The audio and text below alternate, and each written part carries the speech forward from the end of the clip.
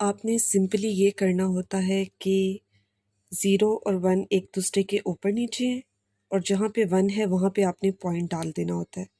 जैसे ये 0 और 1 एक दूसरे के साथ मैच कर रहे हैं और 1 की जगह मैंने पॉइंट डाल दिया तो ये हो जाएगा 0.1। सिमिलरली 1/100 क्या हो जाएगा, 0 और 1 एक दूसरे के नीचे आ गए, 0 की जगह 0 ऐड हो जाएगा और 1 की जगह पॉइंट ऐड हो जाएगा। 1/100 किसके इक्वल हो जाएगा, 0.01। 1/1000 किसके इक्वल हो जाएगा, ये इसके साथ आ गया, 0 की जगह 0, 0 की जगह 0 और 1 की जगह पॉइंट। पॉइंट को सिक्योर करने के लिए हम शुरू में एक और 0 ऐड करते हैं। सो ये किसके इक्वल हो जाएगा हमारे पास, 0.001।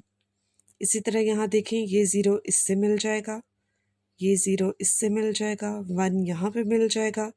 इस 0 की जगह हम एक 0 ऐड करेंगे, इस 0 की जगह भी हम एक 0 ऐड करेंगे और 1 की जगह हम पॉइंट ऐड करेंगे। पॉइंट को सिक्योर करने के लिए हम 0 को ऐड करेंगे और हमारे पास आंसर क्या आ जाएगा इसका, 100 डिवाइडेड बाय 1 लाख किसके इक्वल हो जाएगा, 0.001। सिमिलरली 1 से पहले ज़ीरोज़ की कोई वैल्यू नहीं होती, लेकिन अगर ये लिखे हों तो भी ठीक है, ना लिखे हों तो भी ठीक है। हमने सिर्फ पोजीशंस को मिलाना होता है और जहाँ 1 होता है उसकी जगह हमने पॉइंट लगाना होता है। ये 0 0 से मिल गया, 0 0 से मिल गया, 1 0 से मिल गया, 0 0 से मिल गया, 0 0 से मिल गया।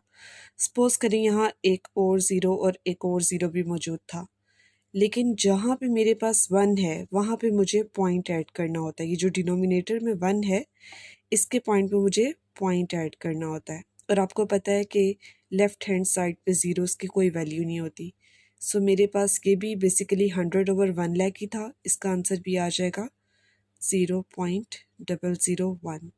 अगर इसमें आपको कोई भी प्रॉब्लम है तो आप कमेंट सेक्शन में पूछ सकते हैं। समटाइम्स हमारे पास क्वेश्चन होते हैं जिसमें लिखा होता है कि हमारे पास जो है वो सेल तो इंक्रीज़ कर रही है लेकिन हम सेल पे चीज़ दे रहे हैं, मतलब प्राइस को कम कर रहे हैं और हमारी सेल्स इंक्रीज़ हो रही हैं। हमेशा याद रखें कि अगर आपके पास सेम परसेंटेज में इंक्रीज़ भी है और डिक्रीज़ भी है तो आपका ओवरऑल आंसर जो है वो लॉस या डिक्रीज़ में होगा। अब इसको मैं सॉल्व करती हूँ कि ये किस तरह से हम प्रूफ कर सकते हैं।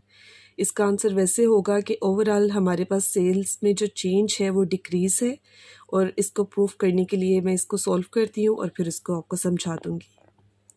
आप सपोज़ कर लें कि प्राइस ऑफ बाइक जो है हमारे पास 100 रुपीज़ थी और पहले हम 10 बाइक्स को सेल कर रहे थे, तो हमारे पास टोटल अर्निंग्स कितनी हो जाएंगी, 100 into 10 is equal to 1000 rupees. अब हमने क्या किया कि अपनी प्राइस में 10% कमी कर दी, तो न्यू प्राइस क्या हो जाएगी, अगर आप 10% ऑफ 100 निकालेंगे तो वो 90 रुपीज़ हो जाएगा।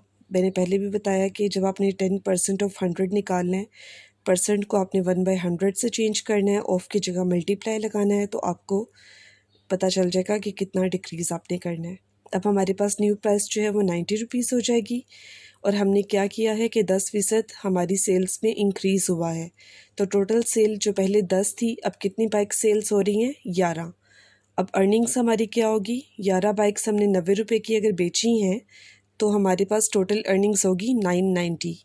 पहले हमारे पास अर्निंग क्या थी, 1000 और अब है 990।